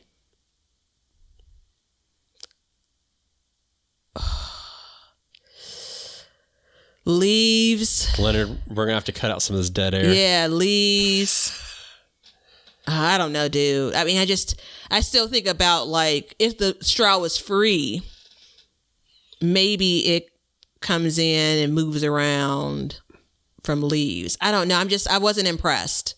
And again, I didn't do like we described. I didn't plant. It wasn't a real thick layer, but I just wasn't. It seems garden-y, but I wasn't impressed. So. Yeah, and that's a good point too. It does seem garden-y, doesn't it? Yeah. It seems very garden-y. Like, I got my bale of straw. Yeah. I'm going to go out there and put it on there, and that's what the farm animals eat. I'm going to go ahead and throw it out in the garden. It's going to be all nice and good. And yeah, that's a good way to put it. It does seem garden-y. Versus wood mulch, to me, seems like more like a landscape. Yeah, absolutely. Like, it's like, this isn't a forest, it's there's definitely something more rustic about it, that doesn't kind of scream like growing things. That may also be a reason why a lot of people don't necessarily pick up on it's a vegetable garden. You kind of look at what's, in my yard. Just for the record, though, for the podcast world, I'm a pretty quick thinker. And so it's pretty obvious that anytime I'm not immediately coming up with a thought or a response, people are like, what's wrong? It's like, every now and again, I actually put some deep thought into an answer. I'm just not babbling on. So podcast world, accept it. Yeah. I think it's, it's interesting too that the cost is what kind of drives your decision about things too, which is acceptable completely. Yeah, we gotta add, I'm going to check once we get wrap up here, because there is, let's just leave it at, potential garden costs have to be a part of the way you make decisions. I think that if you're going to be in this than a garden year, you kind of have to start weighing and balancing some of those things. So we'll talk about that on a future episode. 50% of this podcast duo is down for that, so you'll hear it. 100% of it's down. I'm 100% down for that, because that's another reason why I won't use mulch again. Yeah, and that's the reason why. Or not mulch, wood mulch. Yeah. Wood mulch. Sorry. It's when the city of Chicago realizes, wait a minute, we could make a pretty penny on it, because it's only a matter of time. When that mulch program is no longer the free mulch program, then I'm going to be doing some different things, right? You'll see me all throughout the year collecting leaves. Like, where are you at? I'm in South Bend, Indiana, collecting leaves. So that absolutely, it's hard to turn away a free resource that's that plentiful. Yeah. So. Yeah, it is. And, a lot of people say, too, when you go about collecting leaves, they're like, well, what about people that spray them? And I'm like, I don't know a lot of people that spray trees. Well, that's the thing. And one, people don't. And then you kind of go with the whole idea of, well, the leaves have been sitting on their grass. And at some point, sure, in the most ideal world, you wouldn't have them have sprayed anything. But what happens to the leaves from their neighbor's yard that blew over to theirs when you're collecting them? Like, it's a whole thing. It depends on how particular you want to be. Because for me, asking for leaves, the first time I collected leaves, free leaves, I was driving by a couple of blocks down, and I saw the leaves just in plastic bags. Like, the homeowner had raked them all up, had them out, and was planning on probably transferring them to the back. And so I left her a note. And I haven't told you this story. I left her a note and said, hi, I'm an awkward woman that's 3 blocks over. I have a garden. I'd love to be able to take the leaves off of your hands. Because, it's just not proper for me to go into someone's yard and pick up bags of leaves, right? That's not the kind of neighborhood we live in. So I left the note, and I left my phone number there. Like, if it's okay, feel free to send me a text if it's okay for me to come and pick them up. And she responded. I don't think she actually called. And so, we chatted for a second, and it was awkward because I was in that same place of asking, like, so do you spray anything on your garden or in your grass? And you feel like an asshole because you kind of are, yeah. And she's like, no, like any kind of, weed blocker or, whatever. And so now, this is a few years later, I'm just kind of like, whatever, man. If I can collect them. I literally collected leaves from the farmer's market. I went to the farmer's market like back here in November. That's a good idea. Yeah. And the space that they had, the farmer's market, is just like an open street. And I saw these bags, like in the recycle bags. And I'm like, because this is what happens when you start to get into this world. Everything looks like an opportunity. And so you're like, I'm looking at them like, huh. So again, don't want to just walk up. There could be someone else that basically spotted those leaves for their garden project. So I asked first come, first serve, man. I asked it's a dog eat dog world. I asked the greeter, because they did the whole thing where they had someone at a table, had hand sanitizer there. So I asked him, well, you know about those leaves? I was real cool with it. And so he's like, yeah, we raked them up because, this is kind of our spot for this Saturday, yada, yada, yada. He's like, I was going to compost them. I'm like, well, I could take a couple of bags off of your hands. He's like, you can have all of them. So he loaded them in the car and everything, which was nice. And I came back and gave him a package of, they sold 4 or 5 to a pack of the recycle bags. Because obviously he was just going to recycle them, but just as an appreciation for doing the hard work.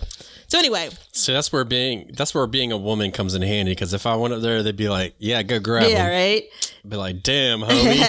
So then what ends up happening is the leaves come from that neighborhood. They come from the open parkland right there. I don't know what the hell any people are doing around there, but at some point you kind of have to draw a line where if it's not from your land, you kind of have to accept you don't know what's happened to it, at least in my mind. It's still going to be a benefit to the garden. If I open it and I smell skunk or something, then I think maybe don't use it. Yeah, I mean, I used leaves from all of my neighbors, and I know that some of them spray, but I'm not convinced that when they rake it up that it's like all up in the leaves that bad. And plus the benefit of it is when you compost them, it actually, the carbon will break down some of the other carbons that have all those pesticides and stuff in it and help neutralize them. Yeah. So that is something that does occur too, which is interesting, but you have to hot compost, and we'll talk about that next time. Okay. So, All right. but yeah, so it drives me crazy when I see people throwing leaves out, and I'm like, you don't know what you're getting rid of. You literally don't know, like, even for your yard, like if you don't want to rake them, like put a mulching blade on your lawnmower and just roll over them and let it compost into your yard. Yeah, you say that though, but then you kind of get into kind of social norms. Like there's certain things in certain areas, and Man, fuck a social norm. I mean am seriously. I expected to now go in and defend again? You don't need to defend society. I could care less. But you know what, though?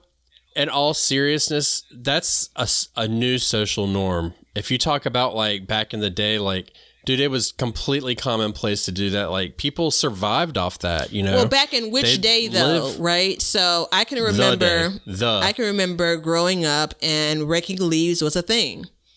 I mean, you're talking about the 80s for me. And I mean, again, that's just what you do. It's kind of the commitment that you've made to your neighbors to kind of keep the place tidy, which has always been the question, because I get it a couple of times a year now. Always been the question about, do your neighbors complain about your front yard garden? And to my knowledge, they don't. At least not to my face. Not to the city either, hopefully. I mean, if it doesn't look like crap, why should they? Well, which goes back to the perception of leaves, because it's not just leaves. Even if you shred them up, they're not going to stay in your yard. And that's the thing. So what I do in my garden, in my front yard, remains in my front yard, right? You know, so... That's it. That's all. Yeah, we're very careful about, like, if we put, because, you know, we have an HOA in our neighborhood homeowners association. Okay. Oh, yeah, we do. And I know there's people probably listening to this on the HOA, and I got one message for you, son. But, you know, I am respectful of, like, hey, you don't want to have some crazy crap going in your yard that just looks terrible. But at the same time, like, if I'm going to plant something and I can keep it neat, like, I can do what I want to do. You know what I mean? If I want to put a strawberry patch in my front yard, fine, as long as it looks okay. It's all perception, you know what I mean? though. What looks okay is all, I mean, it's to each its own, right? So, well, I wouldn't put a tomato plant up there that's indeterminate, that's just going buck wild and, you know, just... So, you know, everywhere. When my cousin, they came here last year, and as soon as he pulled up, he's like, yeah, clearly you ain't got an HOA. You know, like, so I think I'm probably a rule follower, like, cross off living in a condo for me in the future, because even if it's, you know, or any space that has an HOA, I'm going to follow that rule. You can, I mean, again, you could do some things. I know, you know, there's, you know, I think he was telling me about some guy that had a fruit tree, like an orange tree or something. He was like borderline, like about to be reported.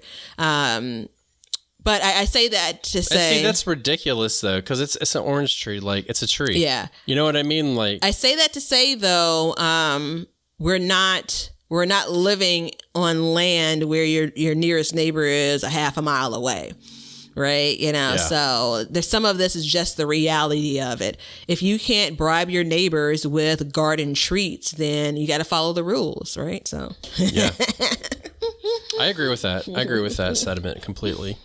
And that's why I plant my food in my yard is lemongrass. I got them. I tricked them. Nicely done. I tricked them son of a bitches. And it's going to spread next year, too. We're going to be spreading it all over. Victorious! Yeah. Yep. So, you know, and it opens up a whole nother conversation about that. But I believe that, like, HOAs and stuff with rules, like, if you can't have, like, an orange tree, because, you know, fruit trees can be very beautiful. You know, I mean, if you trim them a little bit, you just, you know, tidy them up somewhat. I feel like it's part of society's way of taking away our independence as far as the food chain goes. And it's really sad because the people that do that don't realize what they're doing. So like in our neighborhood, you can't have chickens. But the problem is, and the reasoning is they're loud. Well, hens aren't loud. Roosters are loud. Like hens will sit back there and you won't even know they're there. I don't know that, but yeah. And the whole time, yeah, they're quiet. I mean, you know, when they lay an egg, they might go, you know, when they squeeze one out. But other than that, but now a rooster, I mean, you know what a rooster does. And they don't crow just in the morning. They crow at night. So, you know, when the sun goes up, when the sun goes down in the middle of the day. So they don't even know what they're saying or what they're doing. They're just stopping us from raising these things. And if you can keep it nice and neat and tidy and not stink, which is a way to do it, which we're going to talk about next week as well, there should be no issue. Yeah, but that's so they're just taking away your independence. In our Backyard Gardens TV podcast-a-thon, whenever we kick that off and we're on like hour 18 of the podcast, like, I mean, that's a whole other thing about, you know, you can't be as specific as, okay, this is the thing we're trying to combat, and now we don't want roosters, but you can't have chickens. Like, no one has an interest. The homeowners association, whatever that committee is, has no interest in getting that detailed about anything. So I mean, it is what it is. In my mind, and I've never lived in with an HOA, but in my mind, it's par for the course, right? So there's a benefit that you get by moving to a place that has these guidelines. And unfortunately, you may run across one that doesn't really float your boat, but what are you going to do, right? You chose that area for other specific reasons, and everyone doesn't enjoy every single rule. Do you know my license plate sticker is $150? So I have to pay the city $150 to put a sticker on my license plate to drive my car for a year. I mean, I can choose not to live in Chicago. Right? You know, it was $100 last year, just to note, though. So I do have a legitimate complaint. In my case, what happened is we moved into the neighborhood, and the guy who was in charge of the HOA while they were building it, he was like, you can have chicken. He's like, I don't care what you have. You know, it's like, it's written down, but it's fine. Whatever. There was like really and there's still like, our HOA is like so slack. But their whole argument is the town won't let you have chickens. And I read it and it said, no, the town won't let you have chickens to sell, but it specifically says you can have to raise for yourself. So let me ask you. You see what I'm saying? Are you able to dance in your town? No. No, yeah. Yeah. Yeah. No, and I mean, it's my favorite Kevin Bacon movie ever. But go on. I know. There's no Tremors is way better.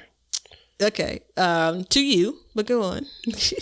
I mean, we're not going to get into this whole Wyatt Earp thing again. Like, no, we're not. But no, and there's a lot of towns though that have that on the books, and they are rolling them back now. So they're rolling all that back because, and I mean, dude, with the pandemic, like, I'm so excited. If there is a silver lining, I'm so excited to see what this all means for gardening and for, you know, your city gardeners, for your urban gardeners, for your non-home, like traditional homesteaders, like what it means in 2021 and 2022. Like it's real when it comes to the increase in gardeners. And so you talk about, which is a good example of how much does that change? Like people, let's pretend like I lived in an area like, you know, that had a HOA. They may not care about that stuff because it was never on their to-do list. But if I have 10% of my neighbors that really want to start a garden, then, you know, there can be change in that. Because all of these things are just a committee of people that say these are the rules, these are the guidelines, you know. So, yeah, I'm super interested in seeing kind of what like the staying power this interest, you know, kind of has in the coming years. So anyway. I hope it stays. I think that what has happened... And we really need to end this episode. I mean, you're the one that keeps on talking about stuff that has nothing to do with mulch, so you know I'm a talker. You ain't bullshitting. You ain't lying. That's one more thing to say about my $150, you know, license plate sticker, which is separate from the window sticker fee that you have to pay. But anyway.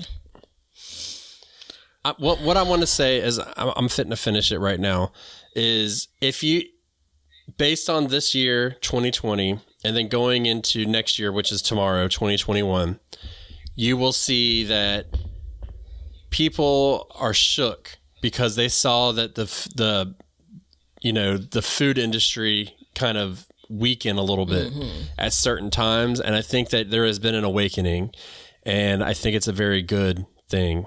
And I think that it will stay for some people, and I think for some people it won't. But I think what might end up happening is the people that were already had like your little tiny gardens, I bet that they have grown their gardens or will continue to grow their gardens a little bit bigger. I think that's going to be the real outcome behind it. And I think container gardening will take off. Yeah, I'm not convinced. I think you're going to get a lot. I'm not convinced. And the reason why I'm not convinced, although I'm a firm believer in anytime there's some significant tragedy like what we're experiencing now, something that just changes the feeling of the system, what we thought to be true. In most cases, in my adult life, you don't go back to the way that things were. So again, we've talked about like, when's the last time you bought a 99? Well, I'm going to speak for me in the city. The last time I bought a gallon of milk for 99 cents or, a gallon of gas for 99 cents was probably in the 90s, So like once those things change and the market says, okay, we can accept that, there isn't a going back. Right. And so with that argument, it's kind of like, okay, so now that we have food growing in our gardens, we're not going to go back to the grocery store. I don't think so. I think that the reaction was out of a bit of panic. Understandably so. I think that you're going to get to 2022. We're going to be at more of a sense of normalcy, and folks are going to be much more comfortable saying, I'm getting my food from the grocery store, because this gardening stuff is hard work, So I think that we'll have some leftovers, meaning some people that have said, okay, I've been wanting to do it. I've done it. I'm sticking with it. Some people that said, I never wanted to do it. Here I am. I'm enjoying it. But I mean, I think that let's say there are 100 new gardeners as a part of this, just using a nice round number. I don't think you're going to stick with 100 going into 2022. I'm going to skip over this next year because I think we're going to see more of the same in 2021. And I'm not sure how much of that 100 is going to be retained. And so that's the thing I'm curious about, because I think what's going to end up happening on the downside, I think things like prices for seeds, prices for other things that are garden related, that's the part that's the milk and the gas. That's the part that's not going to roll back. So us gardeners are going to basically be stuck with those prices because the market can bear it. Right. And you won't have those 100 people that, kind of joined us with it. I'm not begrudging them, because even 2 years of gardening, speaks to my garden heart. So yeah. I mean, again, I have no facts on it. Think about it this way, though, logically. If it's not like you're like, okay, I'm going to learn how to knit. I'm going to go buy some knit needles. I'm going to go buy some yarn, and I'm going to knit some shit. And then you're like, no, I'm good. Put it in a bag, you're done with it, But when you start a garden, you tear up your yard, you dig it up, you add soil, you add a structure sometimes, you introduce watering, you spend all this money. Now you have an investment. And I'm curious to see, and I actually don't believe that people will turn their back on that time and money investment that they have made in their areas. Like, some people... Like, I know of some people that are just like, I'm making a 20 by 20 plot in my yard, and they literally tore up their ground. Yeah. And I think that you're going to see those people hold over because they're like, screw it, man. I already did all this. Like, I might as well keep going. So I would be interested to see. I think that people can walk away from that structure easier, because there's a part of it where, remember the group I told you about when it came to backyards and, spending time in, your outdoor area. There are people that commented about how little they use their backyard. It's very much like when I moved in, my basement was semi-finished, but it was kind of like, it wasn't as desirable. Like I fast walked through it to get to the laundry, like I didn't really want to stay down there. And so then I had it finished to my liking. And now I'm much more comfortable hanging and chilling out down there, but it's not like, or another good example, that finished basement has a treadmill that we will be getting on at the first of the year. But it's very easy to say that investment. I'm looking at it like, I'm going to go ahead and dry this blanket. You know, like human beings can get over the idea of they spent X money. This thing wouldn't have been here if they didn't want to do that thing. They're over that thing. I'm rooting for them all, right? I think that there's no harm to come from this. There's really no harm to come from it overall in the grand scheme of things if people walk away from it in 2022. You know, I'm just saying that there's more seeds for us. Yeah, well, yeah, that too. I'm just saying that I'm not convinced based on the work that it takes to grow more than maybe a tomato plant that people will, because there's also the other part of it we haven't talked about is, which we're really, blending in here. We need to end this. The only part that we haven't talked about is the idea that in 2020, so many people were at home much longer than they ever have been. So not only have you said, look at the food system and the scare there, think about how many people that have adopted dogs, we're looking for things to do to fill our time. And I'm skipping over 2021 again, because I think we're going to have a little bit more of what we've experienced in 2020. In 2022, I'm looking at that's the clear year. And people are going to be out socializing. They're not going to be weeding their garden and sowing seeds as often. I agree with you, yeah. I think, I'm mixed, but I tend to agree with you. The last benefit, though, once you learn a bit about gardening, it sticks with you. It stays with you. So even if you skip 4 or 5 or 6 years, it's riding a bike. Hey. And I would like to think too. I'm gonna close it out on this. I'm drawing the line. If you started your garden this year and you harvested something to eat that you magically fell in love, and you'll never turn your back on it again because you have literally witnessed the miracle of life in more ways than one. And on that, that's it. Everybody, leave us a review, leave us a comment. Please help out the podcast. We hope you had a beautiful 2020. We hope that 2021 will be good to you, and we will talk to you in 2021 right here on the Backyard Gardens podcast. See ya. Thanks for listening and hanging out with us today. If you want to continue the conversation or just see what we've been up to, feel free to follow us on Instagram at Backyard Gardens TV. And we'd love to see your gardens and what you've been up to. So tag your photos with hashtag BYG podcast, and we'll share them and help you out with whatever kind of issues you have. We love seeing what you guys are doing. And if you want to see some videos that we were producing, you can follow us on YouTube at Backyard Gardens TV. And we'll be posting clips and podcasts and recipes and vlogs and greenhouse stuff and all that good stuff, everything to keep your garden soul happy. So head on over to our social media pages and give us a like, a follow, and a subscribe. And until next time, learn to grow for change, and we're going to call this one a wrap. Now you know why people feel like celebrating at harvest time.